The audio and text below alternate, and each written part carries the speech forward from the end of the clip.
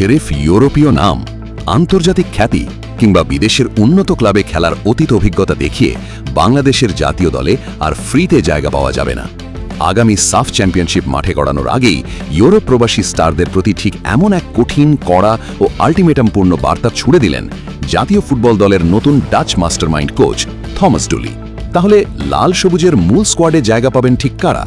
সাফের মতো মেগা আসরের ঠিক আগ মুহূর্তে নতুন কোচের এই কঠোর ও বিতর্কিত বার্তার আসল ইনসাইড ব্যাখ্যাই বাকি। আগামী নভেম্বরে ঢাকার চেনা মাঠে বসতে যাচ্ছে দক্ষিণ এশিয়ার সবচেয়ে বড় ফুটবল মহাযজ্ঞ সাফ। 23 বছরের রক্তভেজা সোনালী ট্রফির খরা নিজ ঘরের মাটিতে কাটানোর এটাই লাল সবুজের সামনে সবচেয়ে বড় ঐতিহাসিক সুযোগ। সব মিলিয়ে ঘরের মাঠে চ্যাম্পিয়ন হওয়ার এই কঠিন মিশনে বাংলাদেশ ফুটবল দলের সামনে অপেক্ষা করছে বিশাল এক বৈশ্বিক অগ্নি পরীক্ষা।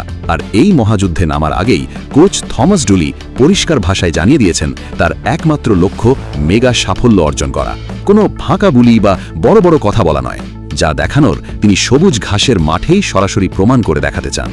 কোচ ডুলির স্পষ্ট বক্তব্য অনুযায়ী নিজের চেনা গ্যালারি আর লাল সবুজ সমর্থকদের বাড়তি মানসিক ও ট্যাকটিক্যাল সুবিধা শতভাগ কাজে লাগিয়ে সর্বাত্মক মানসিক ও ট্যাকটিক্যাল প্রস্তুতি নিয়েই এবার সাফের সোনালী ট্রফি ছিনিয়ে আনার জন্য মাঠে নামবে বাংলাদেশ। সাফ চ্যাম্পিয়নশিপের গ্রুপ পর্বের হিসাব নিকাশে বাংলাদেশের দুই মূল প্রতিপক্ষ শক্তিশালী শ্রীলঙ্কা ও ভুটান, আর ফিফার আন্তর্জাতিক নিষেধাজ্ঞা উঠে গেলে এই গ্রুপেই যুক্ত হতে পারে হিমালয়ের দেশ নেপালও। তবে প্রতিপক্ষের নাম বা ইতিহাস নিয়ে মোটেও মাথা ঘামাতে রাজি নন ডাচ কোচ থমাস ডুলি।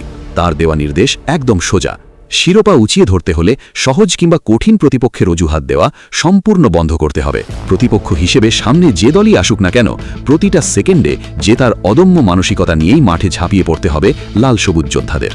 ইউরোপীয় ফুটবলের পাওয়ার হাউস সান মারিনোর বিপক্ষে পাওয়া সাম্প্রতিক ঐতিহাসিক জয়কে এক দারুণ ও ইতিবাচক সূচনা হিসেবে দেখছেন ডাচ কোচ। তবে বিশ্বমঞ্চে টিকে থাকতে হলে সামনে যে আরও প্রচুর ট্যাকটিক্যাল উন্নতির জায়গা রয়েছে তা একদম অকপটে স্বীকার করেছেন তিনি।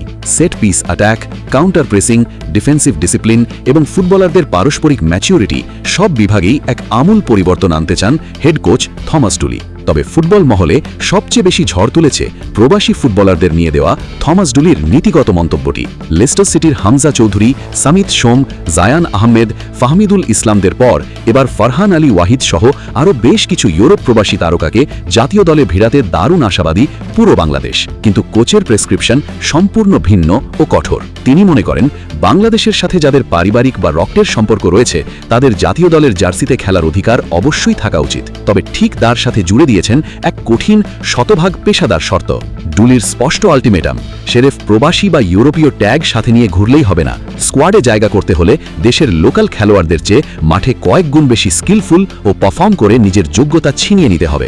এই প্রসঙ্গে প্রখ্যাত এশিয়ান ফুটবলের উদাহরণ টেনে থমাস ডুলি ফিলিপিন্সের ফুটবলের এক বৈপ্লবিক মডেল তুলে ধরেছেন।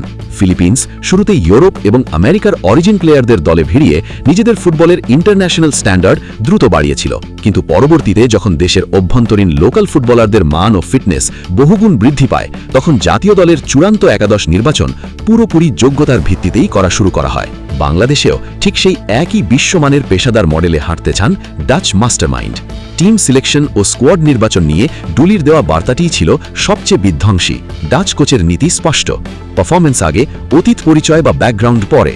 বয়স, শারীরিক উচ্চতা, মিডিয়ার টিআরপি কিংবা নামের কোনো গ্ল্যামার দেখে একাদশে কাউকে বিবেচনা করা হবে না।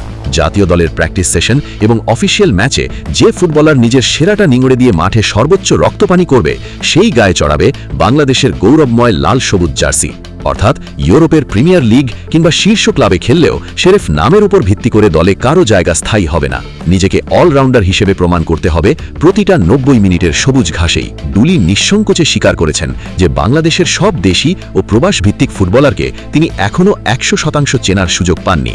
তবে তার বিশ্বমানের টেকনিক্যাল স্কাউটিং টিম নিরন্তর কাজ করে যাচ্ছে। কোনো প্রকৃত যোগ্য ও আন্তর্জাতিক মানের প্রতিভা যেন তার চোখের আড়ালে না থাকে সে বিষয়ে শতভাগ সতর্ক রয়েছেন এই নতুন কোচ। 23 বছরের অভিশপ্ত ট্রফি খরা দূর করার মহাপরিকল্পনায় বাংলাদেশ এখন পুরোপুরি তৈরি।